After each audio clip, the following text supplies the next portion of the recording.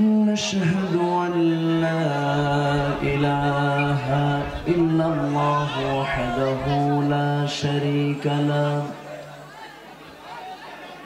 ونشهد أن سيدنا وحبيبنا ومولانا محمدًا عبده ورسوله الذي أرسله بالحق بشيرًا ونذيرًا وداعيًا إلى الله بإذنه وسراجًا وقمرًا منيرًا فقد قال الله تعالى في كلامه المجيد وفرقانه الحميد أعوذ بالله من الشيطان الرجيم بسم الله الرحمن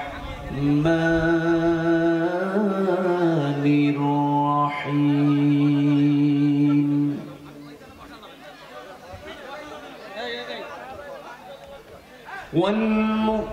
والمؤمنون والمؤمنات بعضهم أولياء بعض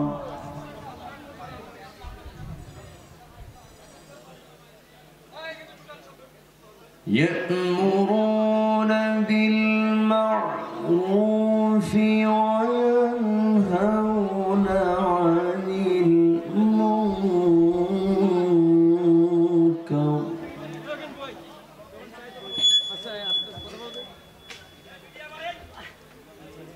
يأمرون بالمعروف وينهون عن المنكر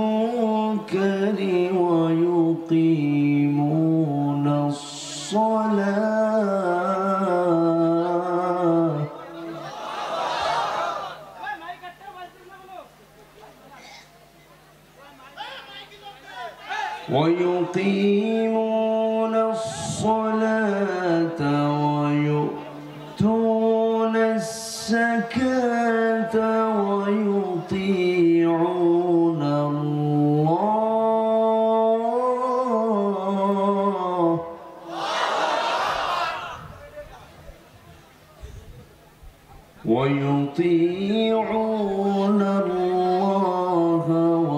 ورسوله أولئك سيرحمهم الله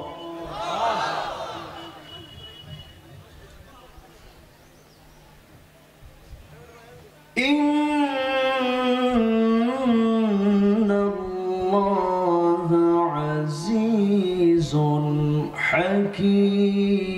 حكيم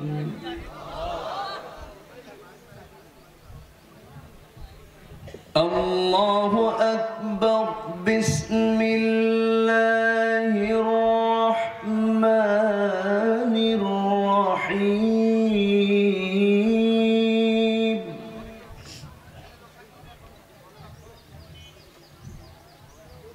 إن الله وملائكته يصلون على النبي يا أيها الذين آمنوا صلوا عليه وسلموا تسليما اللهم চতুর্দিকে যেন ভরে ওটা দিছিলাম তো নিচের দিকে দাবা জোরে জন্য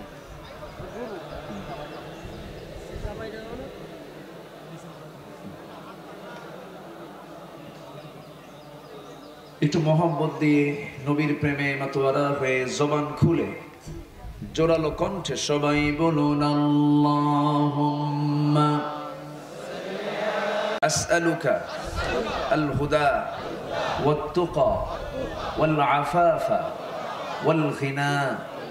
সবাই বলি আল্লাহুম্মা লাকা আসলামতু ওয়া বিকা আমানতু ওয়া আলাইকা তাওয়াক্কালতু ওয়া ইলাইকা আনাবতু ওয়া বিকা খাসামতু। আমরা আল্লাহ তাআলার শুকর আদায় করে দিলাম। সম্মানিত হাজিরিন, কোরআনে কারীমের ভিতরে আল কোরআন আল মাজিদের ভিতরে আল্লাহ পাক 114 সূরা দিয়েছেন। 114 সূরা দিয়েছেন। এর মধ্যে ধারাবাহিকভাবে 9 নম্বর সূরা সূরাতুত তাওবার 71 নম্বর আয়াত আমি তেলাওয়াত দিয়ে আলোচনা শুরু করেছি। এই তেলাওয়াতকৃত আয়াতকে সামনে রেখে আমি কিছু কথা উপস্থাপন করতে চাই। আল্লাহ রাব্বুল আলামিন আমাকে আপনাকে আমল করার নিয়তে ধৈর্য সহকারে শোনার এবং আমাকে বলার তৌফিক দান করুন। জোরে বলি আল্লাহুম্মা আমিন। কোরআন কার কথা? আসতে বলবেন না, কার কথা? নাজিল করেছেন কে? জিন্দা লোকের জন্য না মরা লোকের জন্য? আমরা এখানে কি লোক বসে আছি, আর মরা লোক কোথায় থাকে?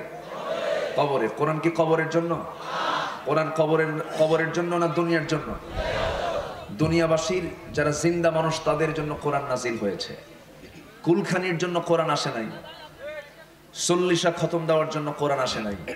কোরআন এসেছে সংসদ চালাতে, কোরআন এসেছে সমাজ সংস্কার করতে, কোরআন এসেছে সমাজের সকল অন্যায় দূর করতে, কোরআন এসেছে সমাজের সমস্ত হারাম কাজকে নিষিদ্ধ করতে। কোরআন গতানুগতিক অন্য ধর্মের মতো শুধু একটা ধর্মের কিতাব নয়। কোরআন জীবনের সব সমস্যার সমাধান করতে পারে। জোরে বলে আলহামদুলিল্লাহ। আমাদের সমাজে সমস্যা আছে না নাই? আছে না নাই? এক সমস্যা না বহু সমস্যা? এক রোগ না বহু রোগ? এক জটিলতা না বহু জটিলতা? এক প্রবলেম না হোল প্রবলেম?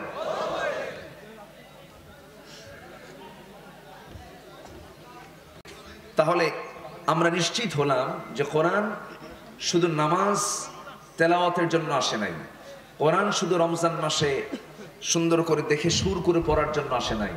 কোরআন এসেছে ভাগ্য চমকাতে, কোরআন এসেছে মাজলুমের পক্ষে রুখে দাঁড়াতে, কোরআন এসেছে বাতিল শক্তিকে প্রতিহত করতে, দমন করতে। ঠিক কি না? কোরআনে চুরির বিধান আছে না নাই? ডাকাতির বিধান আছে না নাই? জেনার বিধান আছে না নাই? সুদের বিধান আছে না নাই? আছে না নাই? আছে। খুনের বিধান আছে না নাই? আছে। তাহলে এই বিধানগুলো, এই আয়াতগুলো শুধু এরকম তেলাওয়াতই থাকবে না বাস্তবে আসা দরকার? বাস্তবে আসতে হবে। কোরআনের পাতায় পাতায় আমরা আনবো। এমনি দোয়া করে আনবো শুধু, না কিছু লাগবে? বদরের দরকার আছে না নাই? উহুদের দরকার আছে না নাই? খন্দকের দরকার আছে না নাই? মুতার যুদ্ধের দরকার আছে না নাই? বদরের হাতিয়ার আবার গর্জে তুলতে হবে। বদরের হাতিয়ার আবার হাতে তুলতে হবে। অন্যায়কে প্রতিহত করে বাতিল শক্তির মোকাবেলা করতে হবে। সম্মানিত ভাইয়েরা, আমাদের পার্শ্ববর্তী দেশ ভারত, আমাদের কপাল খুবই খারাপ, বুঝলেন? রাসূল বলেছেন সেই লোকটার কপাল খুব ভালো যার প্রতিবেশী ভালো। আমরা এমন প্রতিবেশী পাইছি, বুঝলেন? বর্ষার দিনে পানির তো অভাব আমার দেশে থাকে না। বর্ষার দিনে ওরা দেয় গেট খুলে, ওরা মরে যাক। আর যে সময় পানি দরকার সেই সময় পানি নেই। আমরা এমন বন্ধু পাইছি, ঠিক কি না? পদ্মা শেষ হয়ে গেছে, পদ্মার চর, পদ্মার তীরে কোনো আবাদ হয় না। কেন? ওই যে ফারাক্কাবাদ দিয়ে দিছে। ফারাক্কাবাদের কারণে গোটা পদ্মা শেষ হয়ে গেছে, পানি নাই। পানি হয় কখন? যখন এই দেশে পানির অভাব থাকে না, তখন পানি দিয়ে দেয়। এরকম করে একটা দুইটা না, বহু বিষয় আছে। কোরআন নাজিল করেছেন কে? কোরআন সম্পর্কে পৃথিবীর কোন মানুষ চ্যালেঞ্জ নিতে পারবে? এর বিরুদ্ধে কেউ চ্যালেঞ্জে দাঁড়াতে পারবে? গোটা পৃথিবীর সবচেয়ে বেশি মুসলিম যে দেশে বসবাস করে তার নাম হলো ভারত। ভারত শাসন করেছে মুসলমান 1000 বছর। সেই ভারতের কোর্টে কোরআনের 26টি আয়াতকে টেনে এনে ভারতের কোর্টে রিট করেছে 26 আয়াত কোরআন থেকে মুছে ফেলতে হবে। 26 আয়াত কেন? একটা হরফও তো কেউ মুছতে পারবে না। কোরআন কারো বাবার না, কোরআন কেউ পৃথিবীর কেউ রচনা করেনি। অতএব কোর্টে রিড করা মানে কি? কোর্ট এটা অনুমোদন দিয়েছে। ওরা চাচ্ছে মুসলমানদের মধ্যে একটা গন্ডগোল সৃষ্টি হোক, একটা উস্কানিমূলক এই সমস্ত আচরণগুলো করা হচ্ছে। সম্মানিত ভাইয়েরা, সম্মানিত উপস্থিতি, কোরআনে কারীমকে কেউ নির্মূল করতে পারবে না। কোরআন পরিবর্তন হতে আসে নাই, কোরআন পরিবর্তন করতে এসেছে, ঠিক কিনা? কোরআন নিজের কোনো পরিবর্তন হবে না, কোরআন সমাজের পরিবর্তন করতে পারে। যারা বলে সুবহানাল্লাহ। আল্লাহ রাব্বুল আলামিন কোরআনে কারীম সম্পর্কে তিনি নিজেই বলছেন, শাহরু রমাদান আল্লাযী উনজিলা ফীহিল কুরআন হুদাল লিন-নাসি ওয়া বায়িনাতিন মিনাল হুদা ওয়াল ফুরকান। কোরআন নাযিল হয়েছে কোন মাসে? কোন মাসে? রমজানের জন্য কোরআন না, কোরআনের জন্য রমজান? ভালো করে বলবেন, আগে কোরআন না আগে রমজান? আগে কোনটা আগে? কোরআনের জন্য রমজান না রমজানের জন্য কোরআন? রমজানে কোরআন নাই, কিন্তু রমজানের মধ্যে কোরআন নাই, বরঞ্চ কোরআনের মধ্যে রমজান। কোরআন যদি না থাকতো রমজান থাকতো? আমার ভাইয়েরা, এই জন্য কোরআন আছে বলে রমজান আমরা পেয়েছি, কোরআন নাই রমজান নাই। আল্লাহ রাব্বুল আলামিন এমন একটা মাস সামনে আমাদেরকে উপহার দিয়েছেন, সামনে আসতেছে, আর মাত্র কয়েকদিন বাকি আছে। রাসূল যখন রজব পেতেন, শাবান যখন পেতেন, তখন তিনি বলতেন, আল্লাহুম্মা বারিক লানা ফি রজব ওয়া শাবান ওয়া বাল্লিগনা রমাদান। আল্লাহ রজব শাবানের সমস্ত বরকত আমার কপালে জুটায়া দাও, আর রমজান পর্যন্ত আমার হায়াত তুমি আল্লাহ বাড়ায়া দাও। রমজান সবার দোরগোড়ায় সামনে আসতেছে। এত রমজান জীবনে পাইলাম, কিন্তু বদর পাইলাম না। সাহাবে কেরাম রমজান মাসে কি পাইছেন? বদর পেয়েছেন। সাহাবে কেরাম রমজান মাসে মক্কা বিজয় পেয়েছেন, ফতে মক্কা। ইসলামের ইতিহাসে সবচেয়ে বড় দুটি অভিযান, সবচেয়ে বড় দুইটি যুদ্ধ, একটা হলো মক্কা বিজয় আর একটা হলো বদর। কোন মাসে? বলেন কোন মাসে? আর আমরা রমজান মাসে পাইছি হলো না খেয়ে থাকা। কি পাইছি আমরা?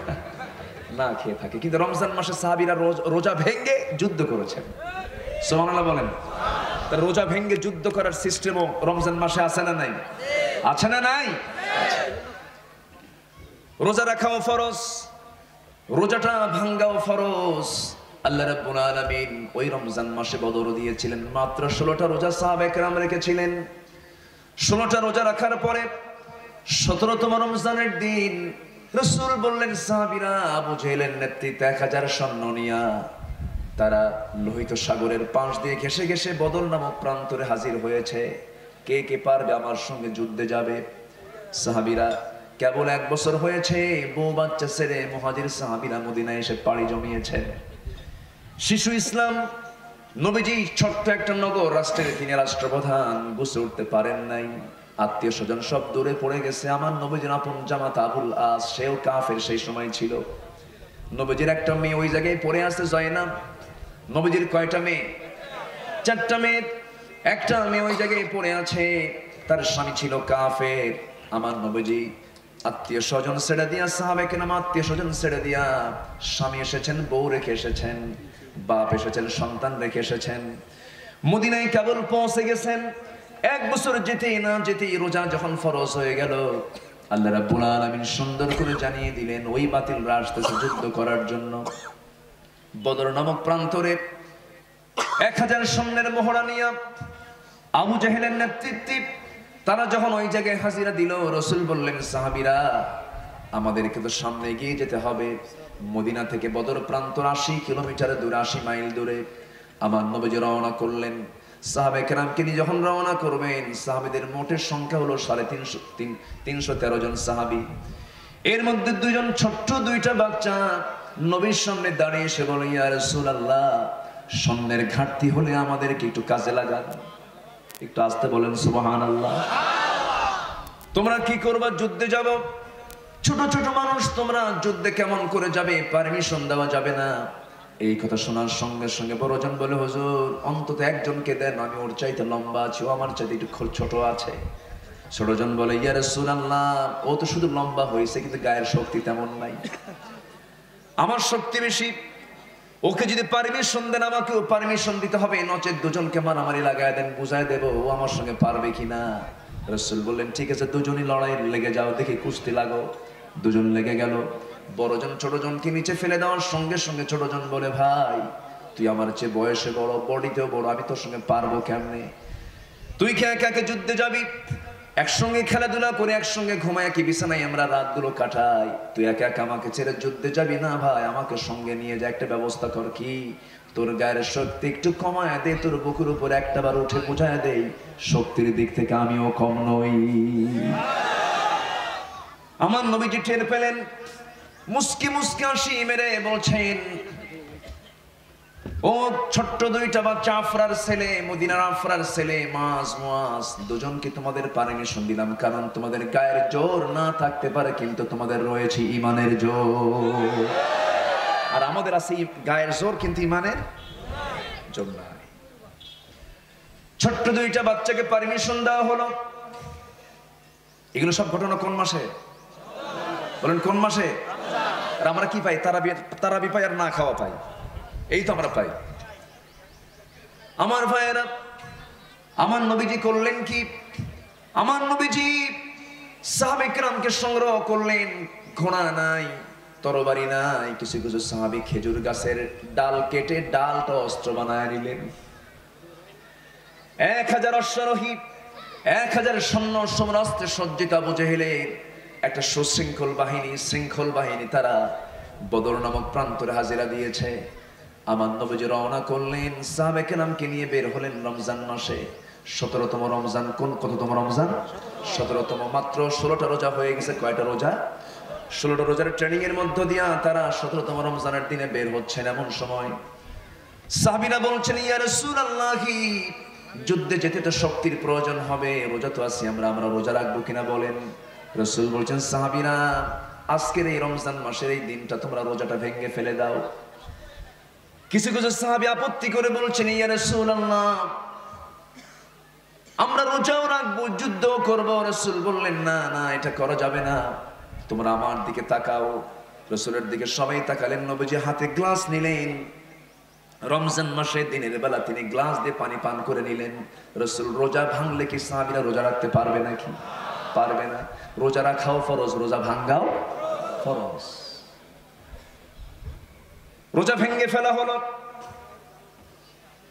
আমার নবীজি সাহাবে কিরামকে নিয়ে রওনা করলেন। বদর নামক প্রান্তর হাজিরা দিলেন। আবু জেহেল তার সমস্ত বাহিনী নিয়ে রওনা দিয়ে দিল। সাহাবে কেরাম যুদ্ধের ময়দানে হাজির হয়ে গেছেন। রাসূল বলছেন, সাহাবীরা সবাই তোমরা প্রস্তুত থেকে যাও। যুদ্ধ শুরু হয়ে গেল। যুদ্ধের এক পর্যায়ে ওই ছোট্ট দুইটা বাচ্চা মুআজ সামনের কাতারে দাঁড়িয়ে এক সাহাবীকে ডাক দিয়ে বলছে, ও চাচা, আমরা যুদ্ধ করতে এসেছি, সবার সঙ্গে যুদ্ধ করার মতো আমাদের কোনো এনার্জি নাই। কার বিরুদ্ধে যুদ্ধ করতে আসছে? আবু জেহেলকে আমরা খায়া ফেলবো। আবু জেহেল কোথায় আমাদের দেখায় দেন। বলতেছে, ওই যে দেখা যায় ঘোড়ার পিঠে বসে আছে, চতুর্দিকে তাকে সৈন্যরা পাহারা দিচ্ছে। ছোট্ট দুইটা বাচ্চা বলতেছে, ঠিক আছে, আমরা চিনে ফেললাম চাচা, আর কিচ্ছু বলতে হবে না। সিংহের মতো গর্জন দিয়া, বাজ পাখির মতো উড়ন্ত হয়ে, ইমানের বলে বলিয়ান হয়ে ছোট্ট দুইটা বাচ্চা ওইদিকে রওনা দিয়েছে। ঘোড়ার পিঠে বসা আবু জেহেল টের পায় না এটা কোন গ্রুপের বাচ্চাগুলো। সামনে গিয়ে দাঁড়ায়, দুই দিকে দুজন অস্ত্র হাতে নিয়ে পজিশন নিয়ে দাঁড়ায় গেছে। একটা কৌশল করে আল্লাহু আকবার তাকবীর দিয়া এমন যে ছোট্ট দুইটা বাচ্চা আবু জেহেলের দুই পায়ে যখন আঘাত করে দিল, আবু জেহেল ঘোড়ার পিঠ থেকে ওই যে ধরাশয়ী হয়ে জমিনে পড়ে গেছে। আর কোমর সোজা করে আবু জেহেল আর দাঁড়াতে পারে নাই। কোন মাস? আসতে বলবেন না, কোন মাস? তাহলে রমজান মাস কি শুধু না খেয়ে থাকার মাস, না যুদ্ধের মাস, বাতিল শক্তিদের মোকাবেলা করার মাস, ঠিক কিনা? আমার ভাইয়েরা, কিন্তু কি হলো পরবর্তীতে ওই ছোট্ট দুইটা বাচ্চার ভিতরে বড় ভাইকে তারা অ্যাটাক করে ফেলেছে, চতুর্দিক থেকে ঘেরাও করে ফেলেছে। একজন কাফের এসে তার বাম হাতে একটা তরবারি হাঁকায়া দিল। একটা আঘাত যখন হাঁকায়া দিল, এক আঘাতে তার হাত থেকে ঝমঝম করে তরবারি পড়ে গেল। চামড়ার সঙ্গে হাতটা তুলতেছিল, বাম হাতে তরবারি তিনি চট করে উঠায় নিলেন, যুদ্ধ চালাতে থাকলেন। যুদ্ধ করতে করতে দেখা যায় তার ঝুলন্ত ডান হাতটা এসে বাম হাতে ধাক্কা খায়, বেজে যায়, লেগে যায়। সঙ্গে সঙ্গে ডান হাতটা বাম পায়ের নিচে রেখে এমন জোরে টান মারলেন, হাত ছিটকে পড়ে গেল। বাম হাতে যুদ্ধ করতে করতে বাম হাতও কেটে ফেলে দিল। এতিমের মতো সামনে দাঁড়ায় আছে, দুই হাত নাই। একজন কাফির এসে পিছন দিক থেকে তরবারি কল্লা বরাবর মেরে দিল, মাথাটা ছিটকে পড়ে গেল। ওই মাস দুনিয়া থেকে বিদায় হয়ে গোটা দুনিয়াবাসীকে বুঝায়া দিলেন, ও দুনিয়ার মুসলমান, আল্লাহর জমিনে দিন কায়েমের জন্য এমন করে বুকের তাজা প্রাণ ঢেলে দিতে হয়। জোরে বলে সুবহানাল্লাহ। এই বিজয়ের জন্য আমি যে আয়াতটা তেলাওয়াত করেছি, আয়াতের বাস্তবায়ন আমাদের মধ্যে থাকতে হবে। আমরা যে কোনো বিজয় যদি আনতে চাই, এক নাম্বার শর্ত হলো আমরা শত্রু হব না, বন্ধু হব। আমরা পরস্পর শত্রু হব না, বন্ধু হব। আমরা বিশ্বাস রাখি এই জায়গায় আমরা বসে আছি, আমরা সবাই বন্ধু না শত্রু? বন্ধু। আমরা সবাই মুসলমান, আমরা সবাই কি মুসলমান। অন্য ধর্মের লোক থাকলে সেটা ভিন্ন কথা, ঠিক আছে, আপনারা বসেন শোনেন। যেহেতু মনিরামপুর, তাই না, মনিও আছে, রামও আছে, থাকতে হতে পারে। আমার ভাইয়েরা, আমরা মুসলমান, আমাদেরকে কেমন হওয়া উচিত? আল্লাহ রাব্বুল আলামিন সূরা তাওবার ৭১ নম্বর আয়াতে সুন্দর করে বলছেন মুমিনরা কেমন হবে। ওয়াল মুমিনুনা ওয়াল মুমিনাতু বা'দুহুম আউলিয়াউ বা'দ ইয়া'মুরুনা বিল মা'রুফি ওয়া ইয়ানহাউনা 'আনিল মুনকার ويقيمون الصلاة ويؤتون الزكاة ويطيعون الله ورسوله أولئك سيرحمهم الله إن الله عزيز حكيم জয় বলুন আল্লাহু আকবার। মুমিন পুরুষ এবং মুমিনা নারী তারা হবে পরস্পরের বন্ধু। কিন্তু দুঃখজনক হলো সত্য, আজকে আমরা বন্ধু না শত্রু?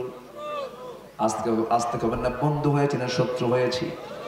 আজকে গোটা পৃথিবীতে 215টি রাষ্ট্র আছে, এর মধ্যে 56টা মুসলিম রাষ্ট্র। কতগুলো?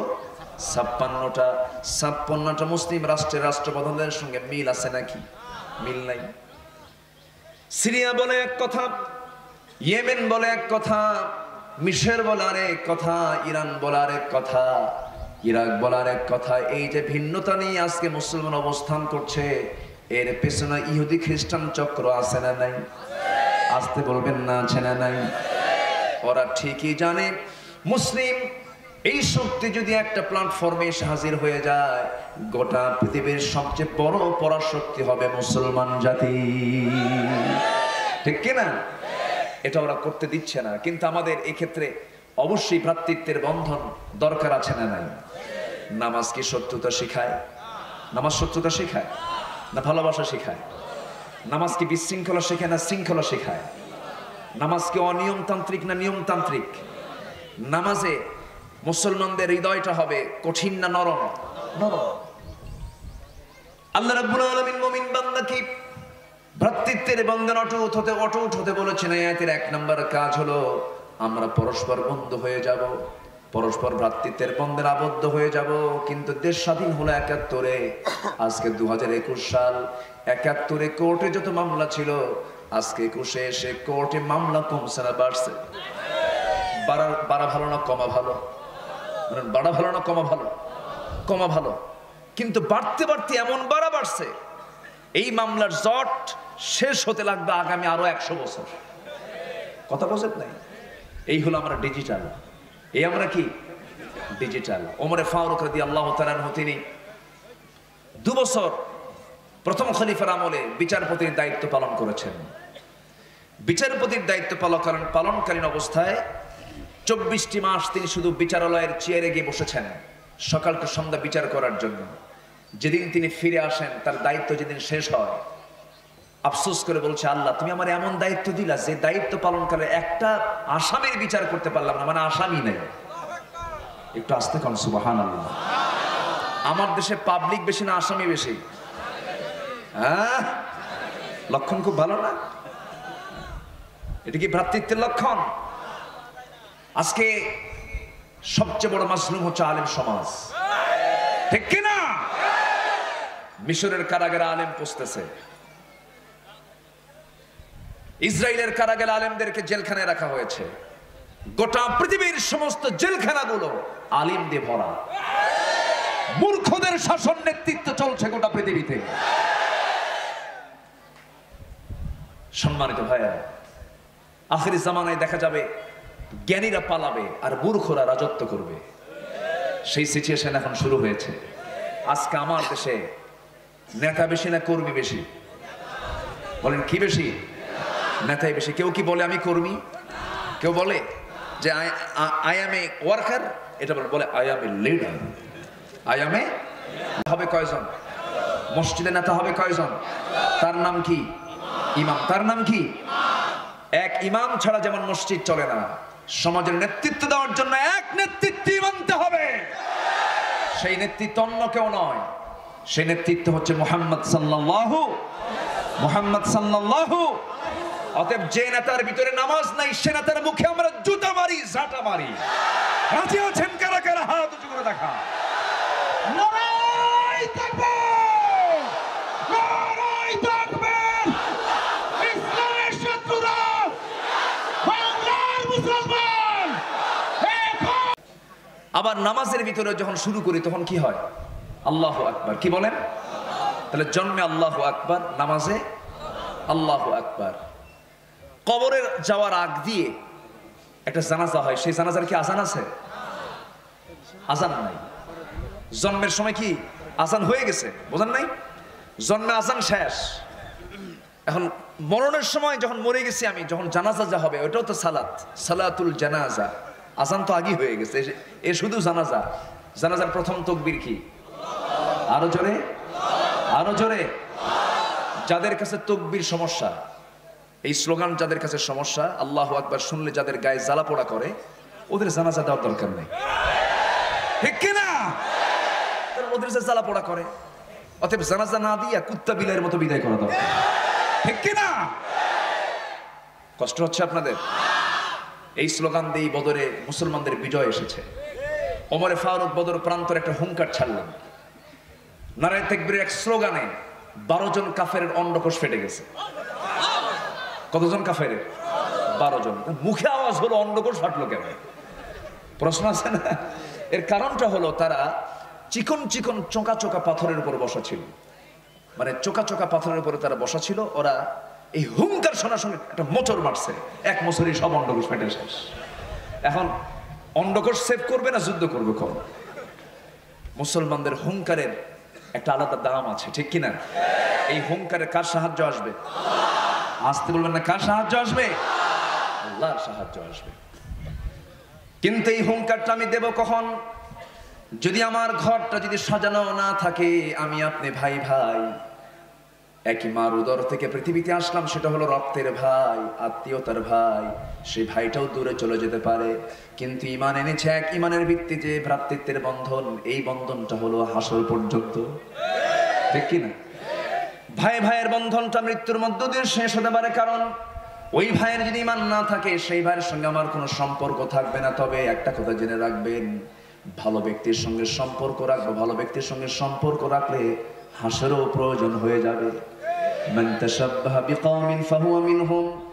যে যে ব্যক্তির সঙ্গে সম্পর্ক রাখবে, তার সঙ্গেই তার হাসর নাসর হয়ে যাবে। একটা হাদিসে সেদিন দেখতে পেলাম, এক বান্দার জন্য জান্নাত হয়ে যাবে বরাদ্দ, কিন্তু জান্নাতে গিয়ে তার মনটা খারাপ হবে। সেই সময় ফেরেশতা বলবে, তোমার মনটা খারাপ কেন? সঙ্গে সঙ্গে বলবে, দুনিয়ার জিন্দেগিতে আমার একটা বন্ধু ছিল, অমুক বন্ধু, সেই বন্ধুটা আজকে কোথায়? জাহান্নামে। আমার আফসোস রয়ে গেল, আমি জান্নাতে থাকার পরও আমার সেই বন্ধুটা জাহান্নামে আছে, আমার একটু আফসোস থাকলো। ফেরেশতা বলবে, ঠিক আছে দেখি আল্লাহকে বলি আমরা। আল্লাহকে বলার সঙ্গে সঙ্গে আল্লাহ বলবেন, ওই বান্দা জান্নাতের মধ্যে থেকে আফসোস করবে, তা কি হতে পারে না? দেখো তো ওই জাহান্নামী যে ওই বন্ধুটা জাহান্নাম পেয়েছে, ওর মধ্যে ন্যূনতম ঈমান আছে নাকি? হ্যাঁ, ঈমানটা আছে। আল্লাহর সঙ্গে সঙ্গে বলবেন ওই জান্নাতি বন্ধুর সঙ্গে বন্ধুত্বের মিল থাকার কারণে আমি তার জাহান্নামকে বন্ধ করে দিয়া তার জন্য আমি জান্নাত বরাদ্দ করে দিলাম। কি কথা কি বোঝা গেল? তাহলে সুসম্পর্কের দরকার আছে না নাই? সে বন্ধু হবে নামাজি না বেনামাজি? সেই লোকগুলো হবে কি শত্রু না বন্ধু? সেই লোকগুলো হবে নামাজি না বেনামাজি? সেই লোকগুলো হতে হবে কার দলের লোক? আসতে বলবেন না, কার দলের লোক? আল্লাহর দলের লোক। ভ্রাতৃত্বের বন্ধনে আবদ্ধ হতে হবে। সাহাবী কিরামদের ভিতরে কি পরিমাণ ভ্রাতৃত্ব ছিল, তাদের স্বপ্ন পর্যন্ত এক হয়ে যেত। কি সমস্যা? কি হয়েছে? হ্যাঁ, বসুন। আমি আপনাদের ভাষার একটা টান মারলাম, ঠিক আছে না? হ্যাঁ, আপনাদের ভাষার মধ্যে মজা আছে। গতকাল আমার প্রোগ্রাম ছিল হলো গত রাত্রে আগের রাত্রিতে কক্সবাজার। এরকম মানুষ এক পাশে থেকে বলতেছে, হঠাৎ করে একজন চিৎকার মেরে উঠছে, আমি আর বুঝি না। তো পরে ওটার অনুবাদ শুনলাম, বদ্দা বইউন। আমি বললাম যে কি বললেন?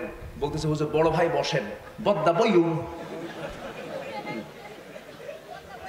বড়দা বইউন মানে বসেন, বদ্দা বইউন। ঠিক আছে, আর কি কোনো কথা হবে? কথা বলা যাবে না তো, লোকমা দিলে তো আমি ওয়াজ করতে পারবো না। একটু কষ্ট করে একটু শুনি, বলি ইনশাআল্লাহ, জোরে বলি ইনশাআল্লাহ। মাহফিলের জায়গাগুলো একটু সমতল হওয়া দরকার, সমতল হলে ভালো হয়। এখানে গাছ, ওখানে মানে চতুর্দিকে একটা এলোমেলো একটা অবস্থা হয়ে আছে। এখন কি করবেন, মানুষ তো বেশি হয়ে গেছে। বলি আলহামদুলিল্লাহ। সামিয়ানা করছে কদ্দুর, লোক হয়ে গেছে কদ্দুর। এখন মানুষ আর কেমনে কন্ট্রোল করা যায়? একটু কষ্ট করি আমরা, হ্যাঁ একটু কষ্ট করি না জি? জোরে বলি ইনশাআল্লাহ, একটু জোরে বলি ইনশাআল্লাহ। আপনাদের এলাকার ভাষাটা হলো বিখ্যাত ভাষা, আলহামদুলিল্লাহ। কোথাও এত মজা পাই না যে মজাটা আপনাদের ভাষার মধ্যে পাই। ভাত খেয়েছো, তাই না? একটা মজা আছে না? হ্যাঁ, এই আপনি এটা পাবেন না কোথাও। এটা একমাত্র যশোর, কোথায় কোথায়? যশোর, কুষ্টিয়া। হ্যাঁ, কুষ্টিয়া, মেহেরপুর, নড়াইল আর হলো মাগুরা। এই অঞ্চলগুলোর ভাষাটা হলো সবচেয়ে সুন্দর সহি বাংলা ভাষা। বলি আলহামদুলিল্লাহ। আপনি কোথাও পাবেন না, এখানে বাংলা পাবেন আর সব জায়গায় ইংলিশ পাবেন, মানে অন্য ভাষা পাবেন, মানে ওখানে বাংলার কোনো গন্ধ পাবেন না। চট্টগ্রামে তো কোনো কথাই নেই, ওরা সবকিছু শর্টে মারে, কোনো কিছু লম্বা করে বলে না। ওরা ব্যবসায়ী মানুষ তো, ব্যবসা করতে করতে টাইম নাই, কথাও শর্ট হয়ে গেছে। এই পাশে বসুন না বলে ইক্কে বইও, সব দিকে শর্ট মারে। তো এই দিক থেকে আমরা অনেক ভালো আছি, বলি আলহামদুলিল্লাহ, জোরে বলি আলহামদুলিল্লাহ। আমরা মুসলমান, শত্রু থাকবো না বন্ধু হব? শত্রু থাকবো না বন্ধু হব? আমাদের সবচেয়ে জীবনের সবচেয়ে বড় ইন্টারভিউ হলো কবর। সবচেয়ে বড় ইন্টারভিউ কি? কবর। আমার কবরে প্রশ্ন হবে কয়টা? জোরে বলুন, কয়টা প্রশ্ন হবে? 1 নম্বর প্রশ্ন হলো তোমার রব কে? জোরে বলেন, আরো জোরে বলেন। আমাদের রব কে? আমাদের আইনদাতা, বিধানদাতা, হুকুমদাতা, পালনকর্তা, লালনকর্তা, রিজিকদাতা কে? ওমা দীনুক, তোমার দল কি? আরো জোরে, আরো জোরে, আরো জোরে, আরো জোরে। তোমার নেতা কে? মুহাম্মদ সাল্লাল্লাহু। এই 3টা প্রশ্নের সঙ্গে জীবন মিলানোর দরকার আছে না নাই? মিলানোর দরকার আছে না নাই? আচ্ছা, মিলাতে গেলে আমার নেতা বানাতে হবে একজনকে, তিনি হচ্ছেন মুহাম্মদ সাল্লাল্লাহু। তিনি তো আমার এমন নেতা যিনি চাঁদের দেশে তার যাওয়া লাগে নাই, চাঁদ তার হাতে এসে ধরা খেয়েছে। সুবহানাল্লাহ বলেন। আর এখনকার বিজ্ঞানীরা একটু চাঁদের দেশে যায়, চাঁদের দেশে গেলে আমরা তাদেরকে মহাবিজ্ঞানী বলি। মহাবিজ্ঞানী বলি না, যে বিশাল বড় বিজ্ঞানী চাঁদের দেশে গেছে। চাঁদের দেশে পাঠালো, মাঝখানে নীল আর্মস্ট্রং একবার গেলেন, এরপরে 2টা কুত্তা পাঠালো, লাইকা 1 লাইকা 2, 2 কুকুর গেল, তার আর ফেরত আসে নাই। তো এলিসা নামে একটা মেয়ে যাবে, তার বয়স এখন 17 বছর। 2033 সালে তাকে পাঠানো হবে চাঁদের দেশে। চাঁদ তো বেশি দূরের না, আকাশের তুলনায়, এই মহাকাশের তুলনায় চাঁদ হলো ওই পাড়া। কোন পাড়া? ওই পাড়া, বুঝলেন তো? যে মানে এই গ্রামের পরের গ্রাম, ওই পাড়া। চাঁদ হচ্ছে ওই পাড়া। এই চাঁদের দেশে মানুষ যাচ্ছে বলে আমরা তাদেরকে মহাবিজ্ঞানী বলি। আর আমার নবীকে চাঁদের দেশে যাওয়া লাগে না, এখান থেকে শুধু বলেছেন চাঁদ দুই ভাগ হয়। একটু আস্তে কান সুবহানাল্লাহ। সঙ্গে সঙ্গে কয় ভাগ? আবার ভাগ হয়ে আবার কাঁপে, ভাগ হয়ে আবার কি কাঁপে। আল্লাহ রাসূল বলছেন চাঁদ কাঁপিস কেন? ঠিক থাক, আল্লাহু আকবার বলেন। আবার নখের ইশারায় আবার বলেন এক হয়ে যায়, আবার এক হয়ে গেছে। জোরে বলি সুবহানাল্লাহ। এটা অবিশ্বাস করার কোনো সুযোগ নেই, বুখারী শরীফের হাদিস। অবিশ্বাস করলে ঈমান থাকবে না, অবিশ্বাস করলে কি থাকবে না?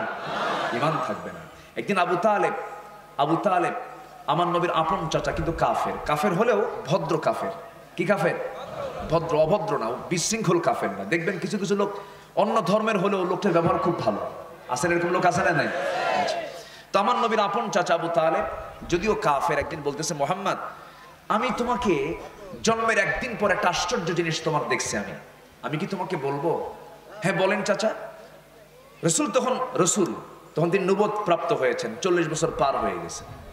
এমন সময় বলা হলো চাচা আপনি বলেন। আবু তালেব বলতেছেন, ভাতিজা মুহাম্মদ, তোমার যখন জন্ম হলো, তুমি যখন তোমার মার পিঠের ভিতরে থেকে দুনিয়ার জীবনে যখন তুমি এসেছো, ডেলিভারি হয়ে গেছে তোমার, মাত্র একদিন তোমার বয়স, নবজাতক তুমি যখন মার উদর থেকে দুনিয়ার জমিনে চলে এসেছো, পরের রাত চাঁদনি আকাশ আমি দেখেছি, চাঁদনি আকাশের নিচে তোমার মা তোমাকে শুয়ে রেখেছে। কিন্তু তোমার মার চোখের দিকে তাকায় দেখি চোখে পানি টলমল করে, মুখে কোনো হাসি নাই, শুধু কান্নায় তার চক্ষু লাল হয়ে গেছে। তোমার মার মুখে চোখে হতাশার চিহ্ন, খুব মনটা তার খারাপ। তোমার দিকে তার কোনো খেয়াল নাই। কেন তার মনে থাকবে? কারণ জন্মের 6 মাস পূর্বেই তার স্বামী দুনিয়া থেকে বিদায় নিয়েছেন। তার মনটা খারাপ, কারণ একজন শিশু জন্ম নিলে পরে এই পৃথিবীতে সবচেয়ে বেশি খুশি হয় তার বাবা। সেই বাপ তো আজকে দুনিয়াতে নাই, তোমার বাবা দিয়ে মারা গেছে। তোমার মা তোমার দিকে খেয়াল দিতে ভুলে গেছে। আমি তোমাকে দেখতে গিয়ে দেখি তোমাকে চাঁদনি আকাশের নিচে শুয়ে রাখা হয়েছে। যখন তোমার ডান হাতটা নড়ে, আকাশের চাঁদ তোমার ডান হাতে এসে পড়ে। বাম হাতটা যখন নড়ে, সেই সময় আকাশের চাঁদ তোমার বাম হাতে এসে যেন পড়ে যায়। আর আমি লক্ষ্য করে দেখি মুহাম্মদ, তুমি যখন ডান দিকে তাকাও আকাশের দিকে, বাম দিকে থাকা চাঁদ ডান দিকে লাফ মেরে চলে যায়। আবার যখন তুমি বাম দিকে তাকাও, চাঁদ এসে বাম দিকে আবার তোমার চোখের সঙ্গে দোল খায়। আমার নবীজি মুস্কি হাসি মেরে বললেন, চাচা সেই রাত্রে যা দেখেছেন মহাসত্য, আপনি সত্যই দেখেছেন। কারণ ওই রাতের জন্য আমার আল্লাহ আমার জন্য চাঁদটাকে খেলনা বানাইয়া দিয়েছিলেন। একটু আস্তে কর সুবহানাল্লাহ। তিনি হচ্ছেন আমার নেতা, ঠিক আছে না? সমস্ত পয়গম্বরকে আল্লাহ রাব্বুল আলামিন কালেমা দিয়েছেন। সব নবীর কালেমা অন্যরকম, আমার নবীর কালেমা ভিন্ন রকম। সব নবীর কালেমার মধ্যে রাসূল নাই, কিন্তু আমার নবীর কালেমার মধ্যে রাসূলুল্লাহ সাল্লাল্লাহু আলাইহি নাই। কোন নবীর কালেমার মধ্যে এটা পাবেন না।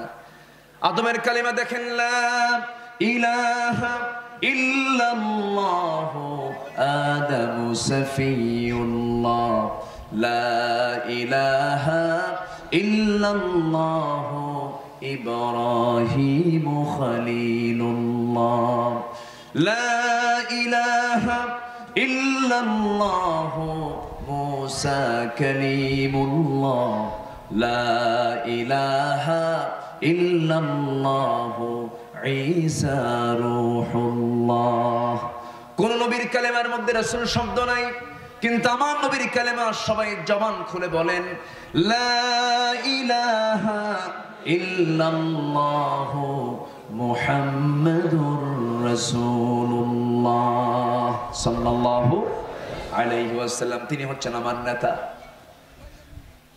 আমার ভাইয়েরা, ওমান হাদার রাজুল ওমা দীনুক মার রাব্বুক, এই তিনটি প্রশ্নের আলোকে যদি আমরা জীবনটাকে ঢেলে সাজাই, উত্তরটা আমার আপনার জন্য সহজ হয়ে যাবে। এই জন্য আমরা মুমিন পরস্পর শত্রু হব না, বন্ধু হব, বন্ধু হয়ে যাব। যেমনটি সাহাবীদের মধ্যে ছিল। রাসূল ডাক দিয়েছেন, সব বন্ধুত্বের প্রাচীর তৈরি করে নিয়ে বাতিলদের মোকাবেলা করেছেন। আমার বন্ধুগণ, আমার দ্বীনি ভাইরা, আমার নবীজির সাহাবীদের ভিতরে ভ্রাতৃত্বটা এত গভীর ছিল যে স্বপ্ন পর্যন্ত এক হয়ে যেত। আমার নবীর ইন্তেকাল হয়ে গেল। ইন্তেকালের বেশ কিছু পরে হযরত আলী রাদিয়াল্লাহু তাআলা আনহু একদিন রাতের বেলা তিনি ঘুমাতে গিয়েছেন, স্বপ্নের মধ্যে দেখতে পেলেন আমার নবীজি নিজে এসে দরজায়, আলীর দরজায় এসে সালাম দিচ্ছেন, আলী তোমাকে দেখতে আসছি আজকে। হযরত আলী স্বপ্নের ভিতরে দেখতে পেলেন নবীজি তার শিয়র আস্তে করে বসে গেলেন। রাসূল বলছেন, ও আলী তোমাকে দেখতে আসলাম, তুমি একটু মুখটা ফাঁকা করো। মুখটা ফাঁকা করলেন, ব্যাগের ভিতরে থেকে অনেকগুলো খেজুর থেকে একটা মাত্র খেজুরের 3টা আঙ্গুলে নিয়ে আস্তে করে মুখের মধ্যে উঠায় দিয়ে বলছেন, আলী এই খেজুরটা তুমি খেয়ে নাও। খেজুরটা মুখের ভিতরে দিয়ে দিলেন। খেজুরটা মুখের ভিতরে দিয়ে দেওয়ার পরে যে আলী স্বপ্নের মধ্যে খাওয়া শুরু করে দিলেন। হঠাৎ করে তার ঘুমটা ভেঙে গেল। ঘুম থেকে জায়গা পেয়ে দেখেন জিহ্বার ভিতরে তার তাজা খেজুরের স্বাদ তার জিহ্বায় ফুটে উঠেছে। একটু আস্তে কোন সুবহানাল্লাহ। নবীকে স্বপ্ন দেখা কি মিথ্যা না সত্য? নবীর জায়গায় কি শয়তান আসতে পারে নাকি? পৃথিবীর সব স্বপ্নের কোনো বলিষ্ঠতা নাও থাকতে পারে, কিন্তু নবীর স্বপ্ন অবশ্যই সত্য। সবাই কি দেখতে রাজি আছেন? সবাই কি দেখতে রাজি আছেন? দল করতে হবে নবীর দল। দলকার করতে হবে নবীর দল। আমরা নবীর উম্মত, নবীর দল নিয়ে আমরা টিকে থাকতে চাই। আমার বন্ধুগণ, হযরত আলী ওযু বানালেন, নামাজে দাঁড়ায় গেলেন, তাহাজ্জুদটা পড়ে চোখের পানি ফেলে যায় নামাজ ভিজায় ফেলে ফজরের আজান হয়ে গেল, মসজিদের দিকে চলে গেলেন। মসজিদে নামাজ শুরু হয়ে গেল। প্রথম কাতার জায়গা পেলেন না, দ্বিতীয় কাতারও জায়গা পেলেন না, তৃতীয় কাতারে ঠিক মাঝখান বরাবর হযরত আলী নামাজের জায়গা পেলেন। নামাজ পড়াচ্ছেন, নির্দিষ্ট বেতনে কোন ইমাম নন, তিনি হচ্ছেন অর্ধ দুনিয়ার শাসনকর্তা ওমর ফারুক রাদিয়াল্লাহু তাআলা আনহু। পাওয়ার সারানা পাওয়ারওয়ালা, পাওয়ার সারানা পাওয়ারওয়ালা। আর আমার দেশের ইমামগুলো পাওয়ার সারানা পাওয়ারওয়ালা। পাওয়ার সারা, সকালে চাকরি বিকেলে নাই, ঠিক কি না? বিকেলে চাকরি সকালে নাই। কিন্তু ওমর ফারুকের সামনে কেউ দাঁড়াবার সাহস, কোনো সাহস নাই। মেম্বারে তো তারাই দাঁড়াবে, জুমার মেম্বারে তারাই দাঁড়াবে যাদের ক্ষমতা থাকবে, যারা দেশ চালাবে তারাই তো জুমার খুতবায় থাকবে, যারা সমাজ চালাবে তারাই সেই মেম্বারে দাঁড়িয়ে কথা বলবে। যতদিন পর্যন্ত এই চিত্র না দেখতে পাবো, ততদিন পর্যন্ত এই সমাজে কোনোদিন শান্তি আমরা দেখতে পাবো না। কথা কি বোঝা যায়? দু একজন করে ওঠে কেন? ওই যে ওঠে, সমস্যা কি? বসে গেছে, আলহামদুলিল্লাহ আলহামদুলিল্লাহ বলেন। কষ্ট হলে দোয়া করে দেই, খুব কষ্ট হলে দোয়া করবো, কিন্তু আপনি উঠবেন কেন? উঠবেন? কে উঠবে? আর উঠলে যে উঠতে নেবে তার টেনে ধরবেন, ঠিক আছে? বসায় দিবেন। কারণ ভালো কাজে জোর করতে হয়। ভালো কাজে কি করতে হয়? আল্লাহ তাআলা ইমানদার বান্দাদেরকে কিয়ামতের দিন হাসরের ময়দানে হাঁকায় হাঁকায় জাহান্নামে নিয়ে যাবেন, আবার হাঁকায় হাঁকায় জান্নাতে নিয়ে যাবেন। জোরে বলুন সুবহানাল্লাহ।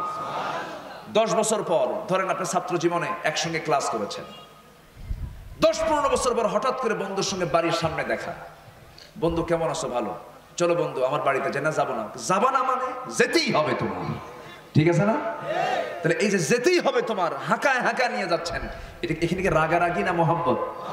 রাগারাগি না মহব্বত? যদি কেউ যেতেই নাই, বন্ধু যাও কই, বসো না তুমি এই জায়গায়, কি ঠিক আছে না? হ্যাঁ, সবাই থাকেন। আর একটু সময়, আমি আধা ঘন্টা আর সময় চেয়ে নিচ্ছি। সম্মানিত ভাইয়েরা, যে আয়াতটা তেলাওয়াত করেছি ওই আয়াতের হকটা একটু আদায় করার চেষ্টা করছি।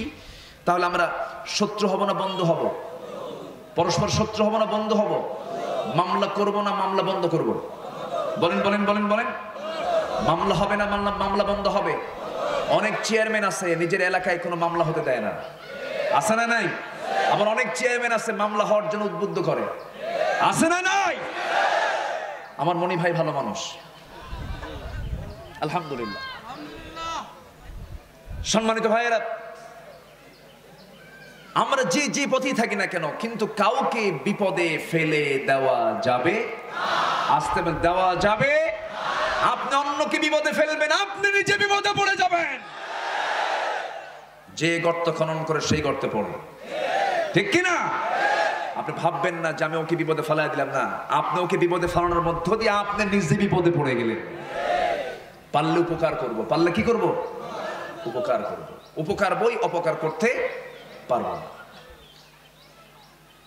হযরত ওমর ফারুক নামাজ শেষ করলেন,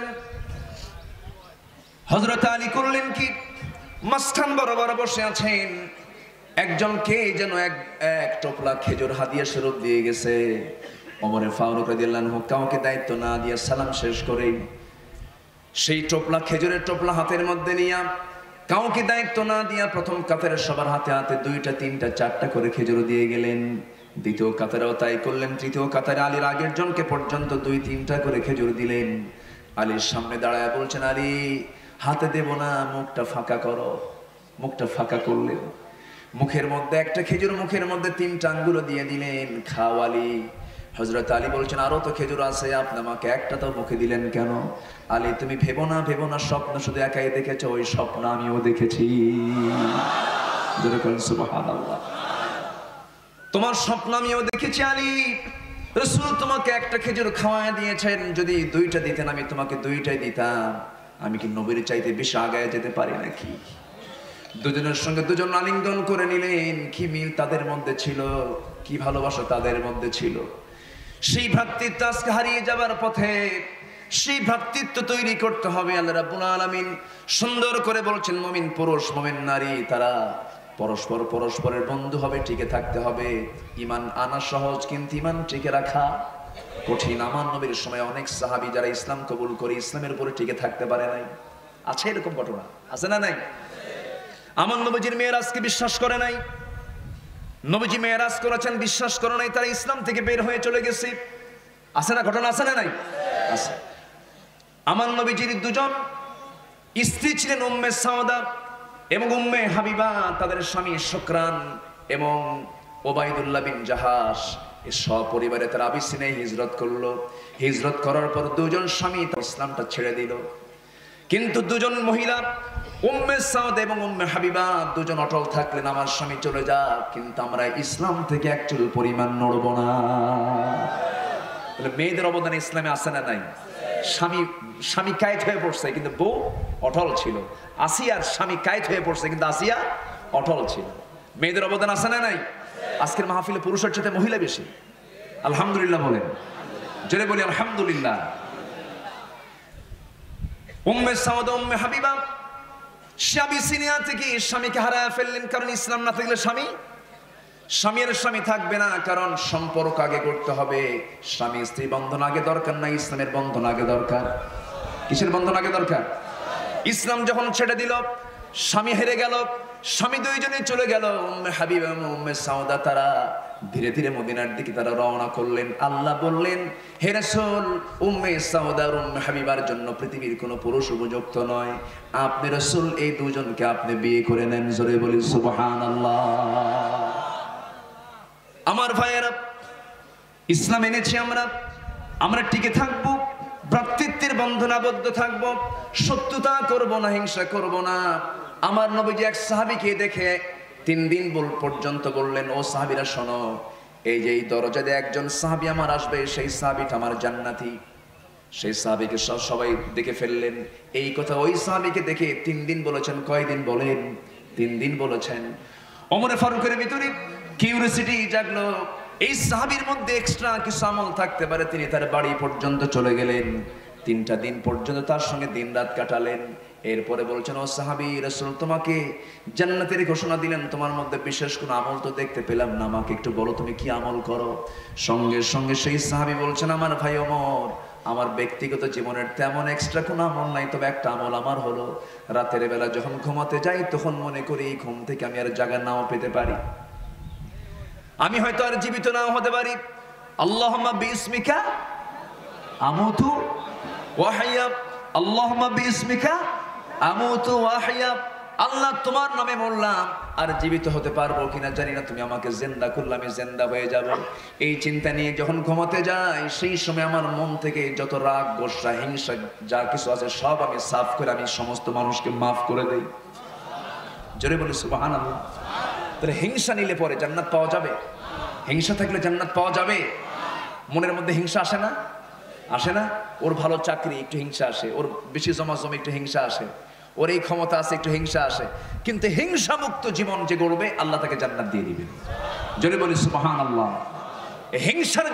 হিংসার বশবর্তী হয়ে অনেক নিরীহ নিরপরাধ মানুষ আজকে জুলুমের শিকার হয়ে আছে, ঠিক কিনা? এগুলো করা যাবে না, এগুলো করা যাবে না। সম্মানিত ভাইয়েরা, একটু কান লাগান। একটু মনোযোগ দিয়ে শোনার চেষ্টা করি। এই দুনিয়া থেকে আমিও চলে যাব, আপনিও চলে যাবেন, কিন্তু ইমানটা আমরা মজবুত করে নিয়ে যাব। রাসূল মাঝে মাঝে এরকম করে ওয়াজ করতেন। একদিন ওয়াজ করতে নিয়ে বললেন, সাহাবীরা আমি কি তোমাদের এমন একটা ওয়াজ শোনাবো যা তোমাদেরকে আগে শোনাই নাই? হুজুর আপনি বলেন। রাসূল বললেন, শোনো সাহাবীরা, আমানত ঠিক রাখবি, পিতামাতার সঙ্গে সুন্দর আচরণ রাখবি, যৌবনকে কন্ট্রোল করবে যুবকরা। রাসূল সুন্দর একটা ঘটনার অবতারণা করলেন। সাহাবীরা শোনো, বনি ইসরাইল যুগে 3টা যুবক কোন একটা সফর বের হলো। সফর বের হওয়ার সময় পথিমধ্যে রাস্তার মধ্যে একটা বিশাল ঝড় শুরু হয়ে গেল। সেই প্রবল ঝড়ে পাহাড়ি ঢল পর্যন্ত নামা শুরু হয়ে গেল। তারা কোথায় আশ্রয় নেবে? পাহাড়ের একটা গুহার মধ্যে ঢুকে গেল।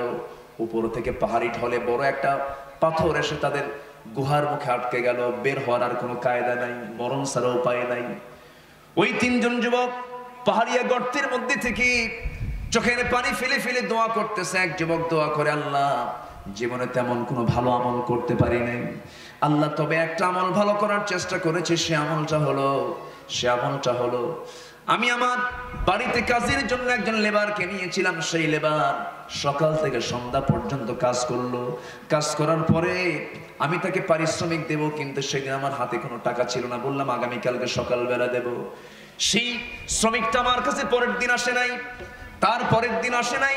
2-3 বছর চলে গেল। 3-4 বছর চলে যাওয়ার পর আমার কাছে হঠাৎ করে সে একদিন চলে এলো। এর মধ্যে আমি সেই টাকাটাকে আমি ফেলে রাখি নাই। ওই টাকা দিয়ে একটা ছাগি কিনেছি। ছাগি কেনার পর সেই ছাগি থেকে ছাগল পাল হলো। একটা বিশাল বড় ছাগল পালন যখন হয়ে গেছে, ওই লোকটা যখন আমার কাছে টাকা চাইতে আসছে, টাকাটা না দিয়ে আমি তার হাতে একটা ছাগল পাল তুলে দিয়েছি। আমানতের খেয়ানত করি নাই। ও আল্লাহ, এই আমানতের জন্য তোমার দরবারে যদি এই সবটা যদি পৌঁছে যায়, এই বিপদ থেকে আল্লাহ তুমি আমাকে বাঁচাও। সঙ্গে সঙ্গে দেখা গেল ওই পাহাড়িয়া গুহা থেকে 3 ভাগের 1 ভাগ ওই পাথরটা সরে গেল। আর একজন যুবক দোয়া করে, আল্লাহ তেমন কোনো আমল আমার জীবনে নাই, তবে কোন এক রাতের আধারে গভীর রাত্রিতে আমি আমার বাড়িতে চলে আসলাম। আমার বউ আমার সামনে গামছা কাপড় চোপড় আগায় দিল, ওজুর পানি দিয়ে দিল, আমি ফ্রেশ হলাম। সবকিছু প্রস্তুতি নিয়ে আমার হাতে একটা গ্লাস, দুধের গ্লাস আমার হাতে দিল। সেই দুধের গ্লাসটা হাতে নিলাম। আমার মেয়েটা দুধ চাইলো, মেয়েকেও দুধ দিলাম না, নিজেও দুধ পান করলাম না। মার কথা মনে হলো, মার দরজায় দাঁড়ায় থেকে দেখি মা আমার ঘুমের মধ্যে আছে, ডাকলাম না। ফজরের রাত দিয়ে আমার মা একাই জেগে গেল। মার সামনে আমি গ্লাস হাতে নিয়ে দাঁড়ায় ছিলাম। সেই সময় বলা হলো, আমার মা বলছে, বাজান এই জায়গায় গ্লাস হাতে নিয়ে দাঁড়ায় দাঁড়ায় তুমি কি দেখো? সেই সময় বলেছি, ও মা তুমি আমার জন্য কত রাত সময় কাটিয়ে দিয়েছো, কত সময় তুমি আমার জন্য, কত সময় তুমি ধৈর্যের পরিচয় দিয়েছো, কত রাত তোমাকে ঘুম পাড়তে দেই নাই। আজকে তোমার সেবা করার জন্য একটু চেষ্টা চালাচ্ছি, মা তুমি দুধটা খাও। আমার বৃদ্ধা মার মুখে আমি নিজের হাতে দুধটা তুলে দিয়েছি। তোমার দরবারে যদি এইটা পছন্দ হয়, আমি আমার মেয়ের মুখে দেই নাই, আমার মুখে দেই নাই, মাকে প্রাধান্য দিয়ে মার মুখে দুধটা খাবার তুলে দিয়েছি। আল্লাহ এই ভালো আমলের বদৌলতে এই বিপদ থেকে তুমি আল্লাহ আমাদেরকে বাঁচাও। পাহাড়িয়া মুখ থেকে সেই পাথরটা 3 ভাগের 2 ভাগ সরে গেল।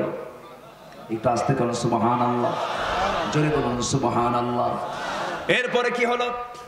তৃতীয় যুবক দোয়া করে, আল্লাহ জীবনে তেমন কোন আমল করতে পারি নাই, সে আমল করতে গিয়া এক রাতের কথা আমার মনে আছে আল্লাহ। সে আমলটা হলো, কোন এক রাতের আধারে আমার চাচাতো বোনের ঘরের মধ্যে ঢুকলাম।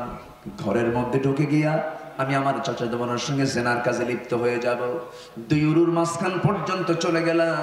এমন সময় আমার সেই বোনের চোখে পানি দেখলাম। বোনের চোখে পানি দেখি বললাম, বোন চোখে পানি কেন, কি হয়েছে তোমার বলো? বোনটা বলতেছে, ভাই তুমি আমার সঙ্গে জেনার কাজ করতে আসছো ভালো কথা, কিন্তু তুমি কি জানো এই ঘরের মধ্যে অন্ধকার রাত্রিতে তুমি আমার মাঝে কেউ না থাকলে আমাদের বড় রাজ সাক্ষী হচ্ছেন আরশের মালিক আল্লাহ রাব্বুল আলামিন। আল্লাহ কিন্তু দেখছেন, আল্লাহ কিন্তু লক্ষ্য করছেন, আল্লাহকে ভয় করো। সঙ্গে সঙ্গে আমি আমার নিজের যৌবনকে কন্ট্রোল করলাম। নিজের যৌবনকে কন্ট্রোল করে সেই জায়গা থেকে গোটায় নিয়ে চোখ বন্ধ করে আমি ঘর থেকে বের হয়ে আসছি। যৌবনের তাড়নার সেই প্রবৃত্তির চাহিদা আমি পূরণ করি নাই। আল্লাহ তোমারও যদি পছন্দ হয় এই বিপদ থেকে তুমি আল্লাহ আমাদেরকে বাঁচায় দাও। সঙ্গে সঙ্গে পাহাড়ের মুখ থেকে সে পাথরটা টোটালি সরে গেল। জোরে বলুন সুবহানাল্লাহ, আর জোরে বলুন সুবহানাল্লাহ। এই ইতিহাস থেকে রাসূল শিক্ষা দিলেন কয়টা বলেন? আসতে বলবেন না, কয়টা শিক্ষা? এই শিক্ষাগুলো আমাদের জীবনে আনার দরকার আছে না নাই? নাম্বার 1 হলো আমানতের খেয়ানত করা যাবে না। যার জামানত তার আমানত তার হাতে ফেরত দিয়ে দিতে হবে। আমার বন্ধুগণ, অন্যের জমি আরেকজন দখল করতে পারবে না, অন্যের সিল আরেকজন মারতে পারবে না। আসতে কোন কেন? ঠিক কিনা? একজনের অধিকার একজন হরণ করা যাবে না। যদি কেউ আমানতের খেয়ানত করে ফেলে, ভাবতে হবে সেই লোকটা জাহান্নামের মেহমান হয়ে যাবে। জাহান্নামের মেহমান, কিসের মেহমান? জাহান্নামের মেহমান হয়ে যাবে। একজনের হক আরেকজন নষ্ট করা যাবে না। নাম্বার 2 হলো পিতামাতার সঙ্গে নাফরমানি করা যাবে না। নাম্বার 3 হলো যুবক, তোমাকে অনেকেই প্রেমের প্রস্তাব দিয়ে ফেলবে। আমার মা, আমার বোন, আপনাকে অনেকেই প্রেমের প্রস্তাব দিয়ে ফেলবে, কুপ্রস্তাব দিয়ে ফেলবে। সেই সময় তোমাকে ভয় করতে হবে কাকে? আসতে বলবেন না, কাকে ভয় করতে হবে? একজন নারীর জন্য তার সতীত্ব সব উপস্থাপন করতে হবে স্বামীর সামনে। একজন পুরুষের জন্য তার জীবনের সমস্ত যৌবন বরাদ্দ করতে হবে তার বউয়ের সামনে। ঠিক কি না? এই দুইটা জায়গা হলো বৈধ না অবৈধ? বলেন বৈধ না অবৈধ? আর বাকি জায়গা কি? আর বাকি জায়গাগুলো কি? অবৈধ। আজকে বৈধ জায়গা বেশি না অবৈধ জায়গা বেশি? বলেন বৈধ জায়গা বেশি না অবৈধ জায়গা বেশি? এই অবৈধ জায়গা বন্ধ করার জন্য বিয়ে দরকার। কি দরকার? আজকে সমাজে বিয়ে বেশি না জেনা বেশি? বলেন বিয়ে বেশি না জেনা বেশি? যুবকরা বিয়ে করতে চায় না কেন? বিয়ে ছাড়াইতে চলো। যেরকম নাউজুবিল্লাহ। এই জন্য যুবকদের মধ্যে বিয়ের আগ্রহ কম। যুবকরা বিয়ে করতে চায় না, 40 পার হয়ে যায়। 40 যারা পার করে যে যুবক, সেই যুবককে ঠিক থাকে না বাইপাস মারে। যেরকম নাউজুবিল্লাহ। জোরে বলেন নাউজুবিল্লাহ। এই বিষয়গুলো খেয়াল করতে হবে। যুবক, বিয়ের সময় হলে বিয়ে করে নিবা, বলবা আব্বাকে, আব্বা বিয়ে করাবো। আবার ছেলের বাপের আবার মন খারাপ করতেছেন নাকি, হুজুর ছেলে কিছুই করবে না, এমনি বিয়ে করবে। বিয়ে জীবনের কোনো ক্যারিয়ার নয়, বিয়েটা হচ্ছে জরুরি জিনিস। বিয়েটা কি জিনিস? জরুরি। বিয়ে করলে ইমান ঠিক থাকলো, আলহামদুলিল্লাহ বলো। বউ হচ্ছে ইমানের পাহারাদার। বউ কিসের পাহারাদার? ইমানের পাহারাদার। বউকে আপনার সাথে নিয়ে চলবেন, কোনো ফিতনা আসবে না। বউকে সাথে নিয়ে চললে আপনি বউর সাথে আছে কোনো মহিলার দিকে আপনি ফাসুর ফুসুর করতে পারবেন, তাকাতে পারবেন? উপায় নাই, ও তো বড় দারোগা। উপায় নাই। বউ সাথে আছে, আপনি কোথাও দিকে তাকাতে পারবেন না। যদি তাকানো হয়তো হঠাৎ করে আপনি আধা সেকেন্ড তাকায় রাখছেন অন্যদিকে, যদি আপনার বউটা দেখে ওই সময় কিছু না বললো, 3 দিন পর হয়তো ডাকতেছেন, সুইটি এদিকে আসলে, কিসের তোমার সুইটি ছায়া থাকো আরেকদিকে। কি ঠিক কিনা? তো বিষয়টা হলো যে বিয়েটা খুব জরুরি একটা জিনিস। আজকে বিয়েটাকে কঠিন করা হয়েছে। এটা পশ্চিমাদের ষড়যন্ত্র। জেনা বাড়ায় দাও, মুসলমানদের ইমানকে ধ্বংস করে দাও। ঠিক কিনা? যুবকরা বিয়ে করতে হবে। রাসূল তার মেয়ে ফাতিমা, সবচেয়ে আদরের মেয়েকে, সবচেয়ে আদরের মেয়েকে ফাতিমা। কয়টা মেয়ে ছিল তার? 4টা মেয়ে। তার মধ্যে সবচেয়ে ছোট এবং আদরের মেয়ে ছিল কে? ফাতিমা। ফাতিমাকে বিয়ে দিয়েছেন ধনীর সাথে না গরিবের সাথে? ঘরওয়ালার সাথে না ঘর ছাড়া? ঘর নাই, টাকা নাই, পয়সা নাই, কিচ্ছু নাই। ফাতিমাকে বিয়ে দিলেন। বললেন ফাতিমা তোমার বিয়ে দেব। ধনী ধনী সাহাবী নবীর কাছে এসে প্রস্তাব দেয় মদিনায়। রাসূল বললেন নট অ্যালাউড। কোন সাহাবী আমার পছন্দ হয়নি, ধনী ধনী সাহাবী আমার হবে না। রাসূল চুপ মেরে আছেন। এক পর্যায়ে রাসূল অপেক্ষা করছেন আমার পছন্দের লোকটা কই, কিন্তু উনিও আসেন না। উনিও ভয় পাচ্ছেন যে আমার ঘর নাই, বাড়ি নাই, টাকা নাই, পয়সা নাই, আমার সঙ্গে রাসূল কি তার মেয়েকে দেবে? তাই কত বড় বড় সাহাবীরা আছে। সব প্রস্তাব শেষ। সবার পর হযরত আলী আসলেন। এসে রাসূলের সামনে চুপ মেরে বসে আছেন। রাসূল বলেন আলী তুমি কিছু বলবা? কি যে বলবো নিজেও জানি না। রাসূল বলেন তুমি কি আমার মেয়েকে বিয়ে করবা? হুজুর দিলে করা যায়। একটু আস্তে বলেন সুবহানাল্লাহ। রাসূল বলেন বিয়েতে করবা, টাকা পয়সা আছে? হুজুর টাকা পয়সা কই পাবেন, ঘরই তো নাই। আল্লাহু আকবার বলবেন না? আর এখনকার মেয়ের বাপরা কি করে? হ্যাঁ, এই যুবক বলো তোমরা কি সমস্যা কি তোমাদের?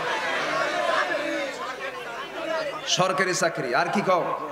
সমস্যাগুলো বলে দিই, বিয়েতে করতে যেন সমস্যা না হয়। হ্যাঁ, কি লাগবে?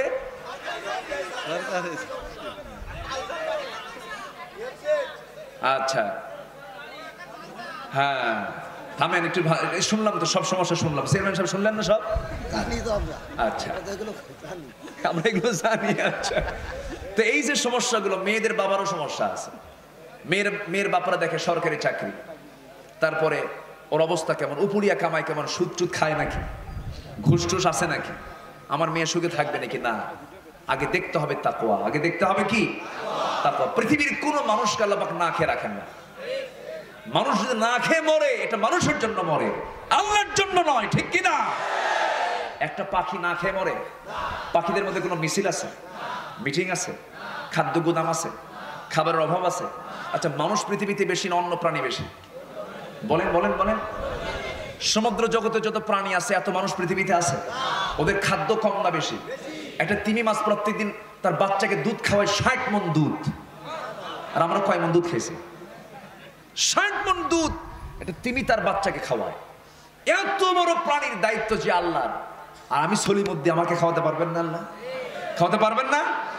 এই বিশ্বাসের অভাব আমাদের।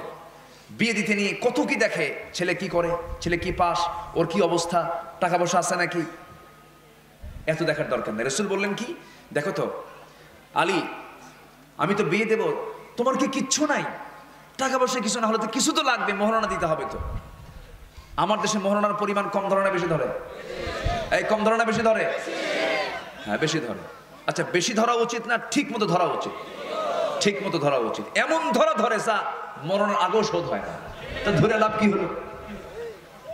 ধরে লাভটা কি হলো তাহলে? যৌতুক যেমন হারাম, যৌতুক কি? আরো জোরে, আরো জোরে। যৌতুকের টাকা দিয়ে আমার এক খুব কাছের মানুষ, ও কিনছিল আলু কিনছে, আলু কিনে না যে প্রজেক্ট, তো কয়েক টন আলু সে কিনেছে, যৌতুকের টাকা পাইছিল, ওই টাকাতে আলু কিনছে। ওইবার আলুর দাম এত কম যে আলু কোল্ড স্টোরেজ থেকে যে নেমে আনবে ওই টাকাও খরচ শেষ, মানে পুঁজিও নাই আলুও নাই। ভাই যেদিক দিয়ে আসছিল ওই দিক দিয়েই গেছে। কি কথা কি বুঝতেছে? হারামের কোনো আরাম নাই, হারাম দিয়ে আপনি আরাম পাবেন না। হারাম হলো বিষ ফোড়ার মতো, গোটা দেহের মধ্যে বিষ ফোড়া উঠলে জ্বর আসে না? জ্বর আসে না? ওটা না সরা পর্যন্ত গায়ে আরাম নাই। হারাম শরীরে ঢুকলে কোনো আরাম পাবেন না।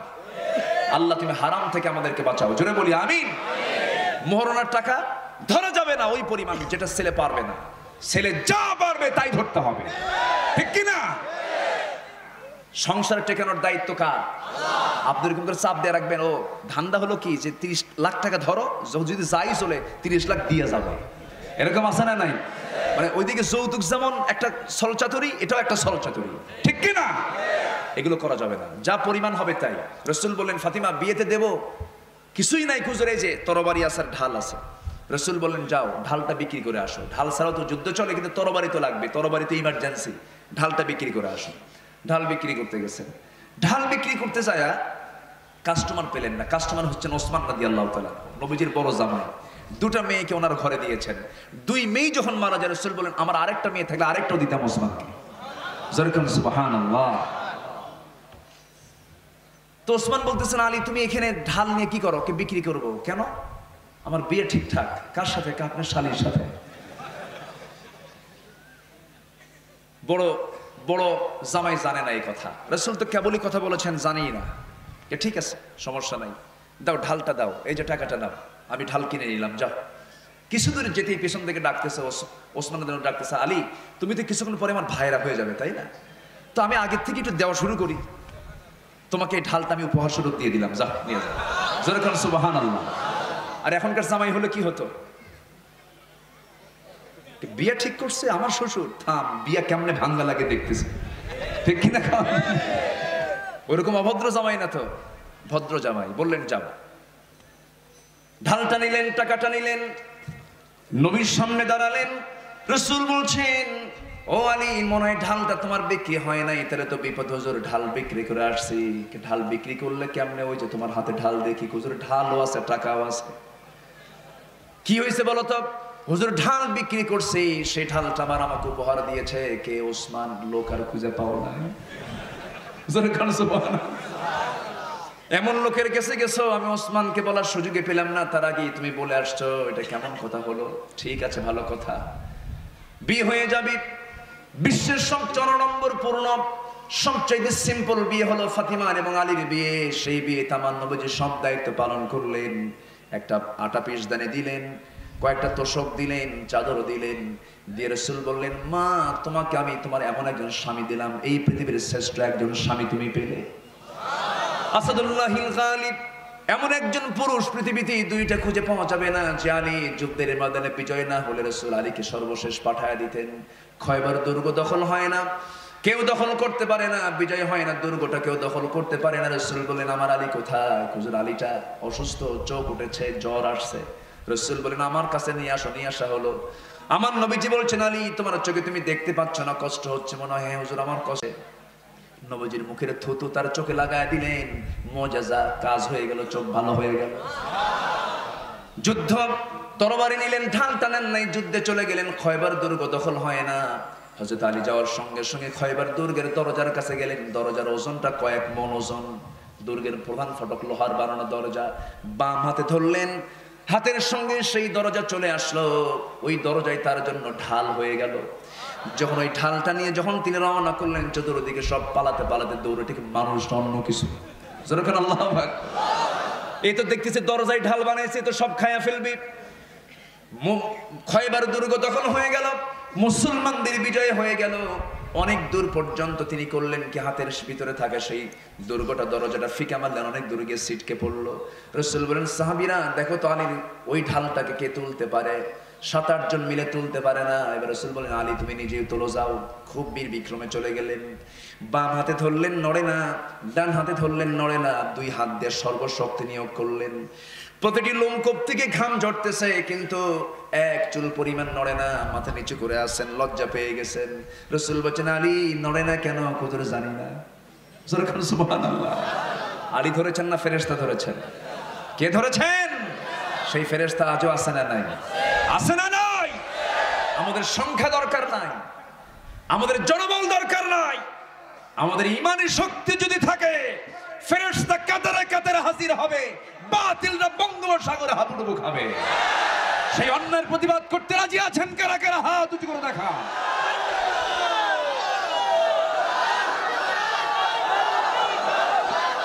আমিন। বিয়ে হয়ে গেল। বিয়ে হয়ে যাওয়ার পর রাসূল বলেন ফাতিমা যাচ্ছ স্বামীর ঘরে, একটা কথা বলে দেই কি, মৃত্যুর দিন পর্যন্ত স্বামীর বিরুদ্ধে একটা নালিশ যেন আমার কানে না আসে। কথা বোঝা গেল? কথা বোঝা গেল? স্বামীর বিরুদ্ধে বইয়ের নালিশ আজকে সমাজে কম না বেশি? কম না বেশি? আবার বইয়ের বিরুদ্ধে স্বামীর নালিশও কম না বেশি? যারা নালিশ দেয় তারা কি মানুষ? আস্তে খান, নালিশ দেওয়া যাবে না। দুজন দুজন মিটাবে। স্বামীর সমস্যা বউ মিটাবে, বউয়ের সমস্যা স্বামী মিটাবে। তারা যেমন খুবই গভীর থেকে গভীর, তাদের সমস্যাও জটিল থেকে জটিল হতে পারে। এখানে সমস্যা তারা দুজনে মিট আপ করবে, দরবার করার দরকার নাই। এই বিষয়টা খেয়াল রাখবেন। যে স্বামী তার বউকে পিটায়, ওই সন্তান পিটানো শেখে। ওই পরিবার সন্তান কি শেখে? পিটানো শেখে। সন্তানের সামনে যে স্বামী তার বউকে পিটাবে, ওই সন্তান বেয়াদব হবে। কি আমার কথা কি বোঝা গেল? ওই সন্তান কি হবে? ওই সন্তান দেখবে যে আমার বাবা আমার মাকে পিটায়, আমি একটু বড় হয়ে দেখি আমিও সাইজ করব। কি কথা কি বোঝা গেল? এই জন্য এই সমস্ত বেয়াদবি আচরণগুলো আমরা করব না। জোরে বলি ইনশাআল্লাহ। একদিন ফাতিমা রাদিয়াল্লাহু তাআলা আনহা নবীর সামনে বসে বসে নামাজ পড়ে, নবীর বাড়িতে এসে রাসূল বলছেন মা ফাতিমা তুমি বসে বসে নামাজ পড়ো কেন? তুমি তো যুবতী মহিলা, তোমার জন্য তো দাঁড়িয়ে দাঁড়িয়ে নামাজ পড়া উচিত। ফাতিমা রাদিয়াল্লাহু তাআলা আনহা বলেন আব্বা জান আমি তো বসে বসে নামাজ কখনো পড়ি না, দাঁড়িয়ে দাঁড়িয়ে পড়ি। কিন্তু আজকে বসে বসে নামাজ পড়ার হেতু হলো আপনি আমাকে যে পোশাকে দাঁড়িয়ে থাকতে দেখছেন, এই পোশাকের পিছনে একটা তালিযুক্ত অংশ আছে। সেই তালিযুক্ত অংশটা যদি আমি দাঁড়িয়ে নামাজ পড়তে যাই, সেই তালিযুক্ত অংশটা বের হয়ে পড়বে। আর আপনার নজরে যদি ওই তালিযুক্ত কাপড়ের দিকে চলে যায়, আপনি মনে মনে চিন্তা করবেন আমার জামাই আলী আমার মেয়েকে কাপড়ে কষ্ট দেয়, আমার স্বামীর দুর্নাম হয়ে যাবে। স্বামীর দুর্নামটা ঘুচানোর জন্য, স্বামীর দুর্নামটা আড়াল করার জন্য আমি বসে বসে নামাজ পড়ি।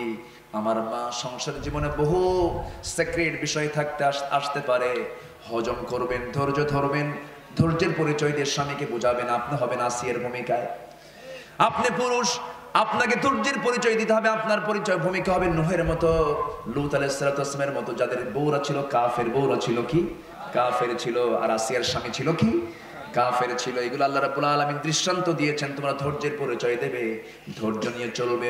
ম্যারেজ লাইফ কোনো গন্ডগোল করা যাবে না। আমার ভাইয়েরা, আমার মায়েরা, আজকের মাহফিলে যারা এসেছেন, সময় তো খুবই অল্প, আজান মনে হয়ে যাচ্ছে। শুধুমাত্র যে আয়াতটা থেকে আমি তেলাওয়াত করেছি, এর মধ্যে 4টা কাজ করতে বলা হয়েছে। আমরা বন্ধু হব না শত্রু হব? আমরা সৎ কাজের আদেশ দেব না অসৎ কাজের বাধা দেব? দুটাই করবো, জোরে বলি ইনশাআল্লাহ। সৎ কাজের আদেশ, অসৎ কাজের বাধা দেব। নাম্বার 3 হলো নামাজ কায়েম করব, নামাজ পড়বো। কয় ওয়াক্ত বলেন? জীবনে আর নামাজ ছেড়ে দেবো না। কারাগারে হাত তুলে দেখান তো দেখি, চিৎকার মেরে বলি ইয়া আল্লাহ, আরো জোরে ইয়া আল্লাহ, আরো জোরে ইয়া আল্লাহ।